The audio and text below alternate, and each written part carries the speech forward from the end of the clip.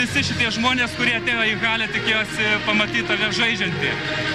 Ar buvo kažkoks krislelis galimybės, kad net ir su skaudančiu kirkšnim būtum porą minučių išbėgęs į aikštelę? Nu, nesąmoningas klausimas, nu. Nu, išbėgi ir daugiau niekada neišbėgi. Ar palauk ir paskiau išbėgi ilgiau. Taigi buvo rašyta turbūt, kad nežaisiu. Ar nebuvo? Ar tu pats neskaitėjai? Ne, neskaičiau šiandien. Ar čia tokį labai nori klausimą užduoti? Sunku. Noriu kaip tik lengvesnį. O kaip Žalgiris šitie dabar 8 taškai Neptūno naudai? Ar likus porai minučių, jeigu toks rezultatas bus, gal kartais išengsi? Sekantis klausimas. Kad klausinėjai nesąmonės. Taigi kur mes? Aš giniai pasiruošęs, nei aš negaliu žaisti. Čia klausimai. Taigi tik kalbėjom prieš tai. Ačiū.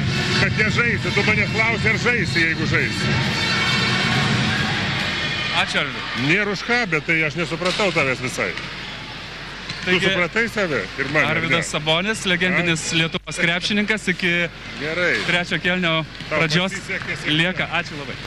Lieka porą minučių, komandos jau baigė apšilimą, taigi ačiū Jums už dėmesį ir žiūrėsim, kaipgi viskas baigsis šitose rungtynėse. Sudėkui.